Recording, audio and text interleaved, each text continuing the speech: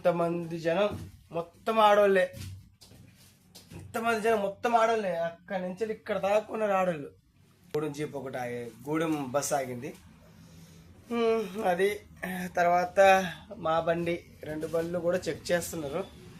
Check చేస్తుంటే నేను మామూలుగా హ్యాండ్ బ్రేక్ వేసి అలా సిగ్నల్ వేసి ఉంచా. ఈలోపు ఒక ఆవిడకి ఫోన్ వచ్చింది.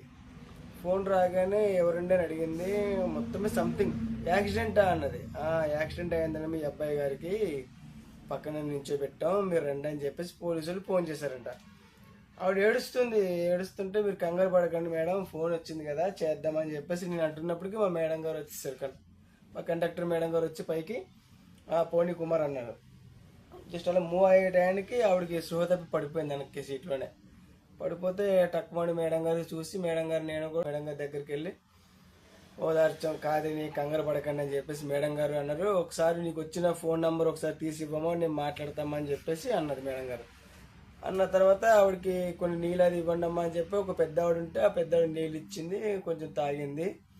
ఇగో ఇంతమంది జనం మొత్తం ఆడోళ్ళే, ఇంతమంది జనం మొత్తం ఆడోళ్ళే. అక్కడి నుంచి ఇక్కడ దాక్కున్నారు ఆడోళ్ళు. ఆవిడ పడిపోయింది ఈ సీట్లో, 2వ సీట్లో పడింది ఆవిడ. ఇక్కడి నుంచి ఆడోళ్ళే, ఇక్కడి నుంచి ఆడోళ్ళే, బండి మొత్తం ఆడోళ్ళే. మొగోళ్ళు ఎవ్వరు కట్టుకుంటే ఒక్క 6-5 ఉన్నారు అంతే.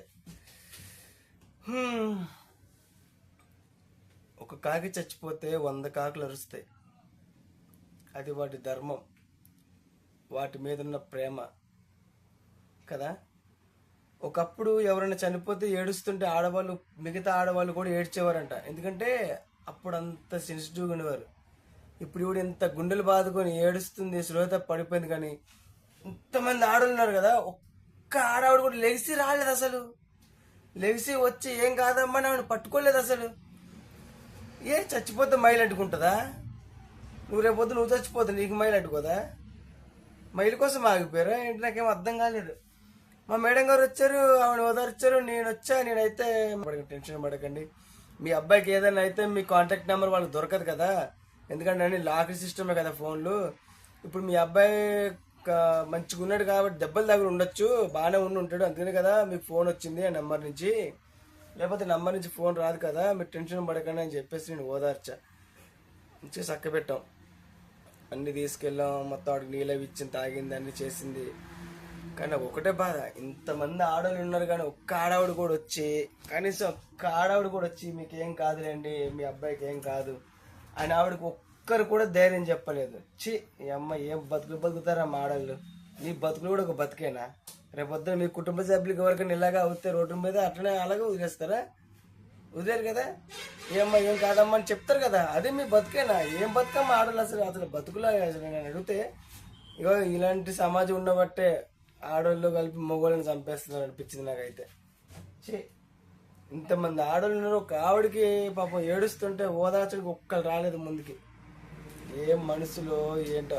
మా మేడం దగ్గరతో అన్న, ఏంటి మేడం ఇంతమంది ఆడున్నారు కదా, పాపం ఆవిడ స్పృహ పడిపోయింది కదా, కనీసం ఆవిడని లేపుకొని మంచిరిద్దామని కూడా ఎవ్వరు వెళ్ళట్లేదు ఏంటి మేడం అంటే, కుమార్ అంతా ఏంటంటే వాళ్ళకి అంటుకుంటుంది అని. ఏమంటుకుంటుంది మేడం అంటే, చనిపోతే వీళ్ళకి మైలు అంటుకుంటుంది, మన ఇంటికి స్నానాలు చేయాలని ఇలాంటివి ఉంటాయి కదా కుమార్ వాళ్ళకని. ఏంటి మేడం ఇంటికి స్నానం చేస్తే అయిపోతుంది, ఒక మనిషి రోడ్డు మీద పాపం ఆవిడ అలా పడిపోయింది కదా ఏడుస్తా, ఇంత దారుణంగా ఉన్నారేంటి మేడం అంటే, ఏం చేస్తాం కుమార్, నీకు నాకు లేదు, మరి మన ఇద్దరమైతే వెళ్ళి చేసాం కదా, మన ఇద్దరమైతే వెళ్ళి ఆవిడకి మంచిగా ఇచ్చాం అవన్నీ చేసాం కదా, వాళ్ళకి లేదు, ఇంకా మనం ఏం చేస్తాం, ఎవరిష్టం వాళ్ళది అని మేడం గారు చెప్పారు. నాకు ఒక్కటి నిజంగా ఏమనిపించింది వచ్చి, ఈ వీడియో చేయడం కూడా నాకు ఎంత ఇదిగా అనిపిస్తుంది అనమాట. వాళ్ళని ఆ ఆడని అందరిని చూస్తే నాకు అది రకంగా రోతగా ఉందన్నమాట. అంటే ఇప్పుడు